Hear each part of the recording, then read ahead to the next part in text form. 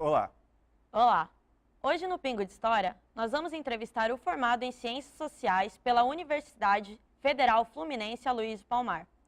em Foz do Iguaçu, Aloysio Palmar foi um dos fundadores do já extinto jornal Nosso Tempo. Em 2005, escreveu o livro Aonde Foi Que Vocês Enterraram Nossos Mortos. Boa noite, Aloysio. Boa noite. Primeiramente, eu gostaria que o senhor contasse um pouco sobre como começou a sua participação na luta democrática e como estava o cenário do país na época, entendendo que não era só o Brasil que estava enfrentando o regime ditatorial. Bom, vou fazer assim um resumo daquele momento que o Brasil vivia, dos anos de 62, 63, 64. Eram anos conturbados, de bastante mobilização social e demandas, e grandes demandas pelas reformas estruturais na sociedade brasileira. No governo de João Goulart, que tomou posse em 1961, depois da campanha da legalidade, e o governo do presidente João Goulart começou em 61 e termina com o golpe militar de 64, deu 2 anos e meio de mandato. Foram anos assim de mobilizações, de grandes manifestações a favor das reformas. Reforma fiscal, reforma tributária, reforma agrária, urbana, universitária. Então, isso aí leva com que haja um golpe de Estado, que implanta um regime ditatorial que fecha os sindicatos, diretórios acadêmicos e proíbe as reuniões e cerceia a liberdade de expressão, né, com a censura, tudo isso. E aí começa a resistência, digamos assim, a resistência àquele regime tirânico e a luta pela liberdade. Aloysio, nesse mesmo período surgiram grupos contra o sistema imposto, como a Vanguarda Popular Reacionária. Teve outros. Você participou de algum? Sim, porque antes do golpe que derrubou o presidente João Goulart, nós tínhamos os partidos políticos tradicionais, não é isso?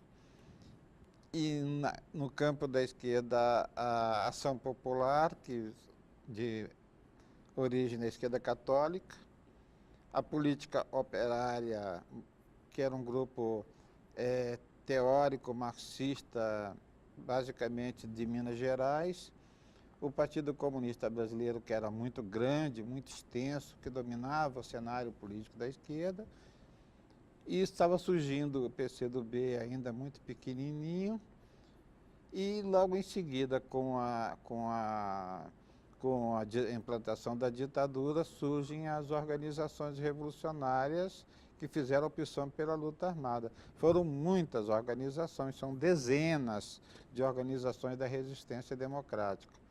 Eu fiz parte de uma delas no estado do Rio, que foi o MR8, né? Nós fundamos o MR8 em Niterói.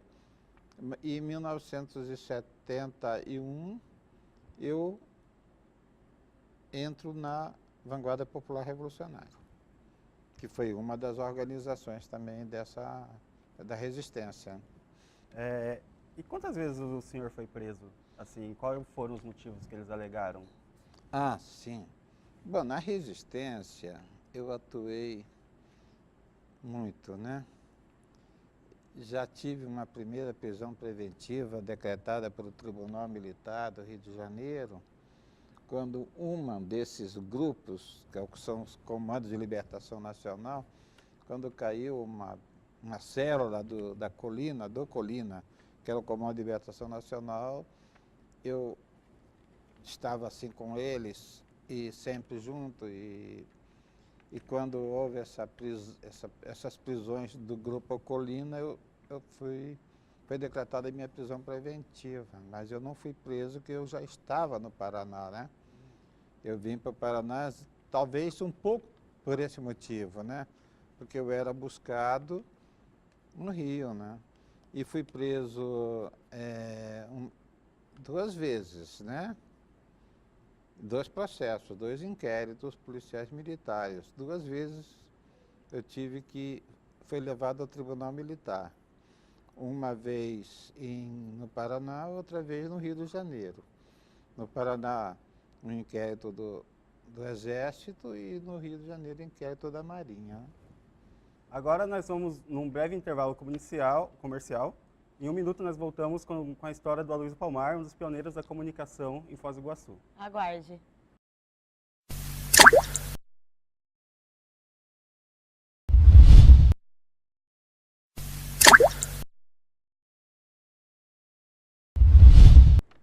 Estamos de volta com o programa Um Pingo de História. Conosco, Aloysio Palmar. Aloysio, o tempo que você morou fora, você teve apoio do grupo de esquerda do Chile. Como foi esse contato? Apoio não é o caso, mas ações comuns, fraternas, com organizações revolucionárias da Bolívia, tipo o Exército de Libertação Nacional, o Movimento de Esquerda Revolucionária do Chile, o Exército Revolucionário Popular da Argentina, a Frente Revolucionária Colorada do Paraguai. Eu sempre atuei como VPR com essas organizações, né? Porque a luta era uma luta continental contra as ditaduras nesses países que eu citei, né? Pouco se sabe, ou melhor, pouco se fala sobre os centros de torturas no Brasil. Você passou por algum? Aqui na cidade tinha algum? E passei por alguns, né? Bastante, né? Primeiro foi aqui, né? No 1º Batalhão de Fronteiras, em Foz do Iguaçu, que quando eu fui preso, antes de mim já se tinham passado alguns presos ali que foram torturados no batalhão. Um grupo de camponeses que foi capturado, que era aquela Operação Três Passos, eles ficaram presos, foram torturados no batalhão em 65. Eu fui preso em 69. Logo depois foi presa a Isabel Favre, André Favre e outras pessoas, que ela era professora e ele também, e foram torturados ali no batalhão. Quando eu sair daqui, me mandaram para a Polícia do Exército em Curitiba, que ficava ali na Praça Rui Barbosa. Ali era um dos centros de tortura dos maiores do estado do Paraná. Dali eu fui mandado para o Centro de Preparação dos Oficiais do Exército, também em Curitiba, que era um centro de tortura, para a delegacia do DOPS, onde algumas vezes eu passei assim por tortura, né? E depois no Rio de Janeiro, na Ilha das Cobras, da Marinha, Arsenal da Marinha, a Ilha das Flores, que também era um centro de tortura da Marinha, e por último na Ilha Grande, né? Agora, com toda essa onda de manifestações acontecendo por todo o país, se vê muitas pessoas, inclusive jovens, pedindo a volta da ditadura, intervenção militar, impeachment e todas essas coisas. O que você pensa sobre isso?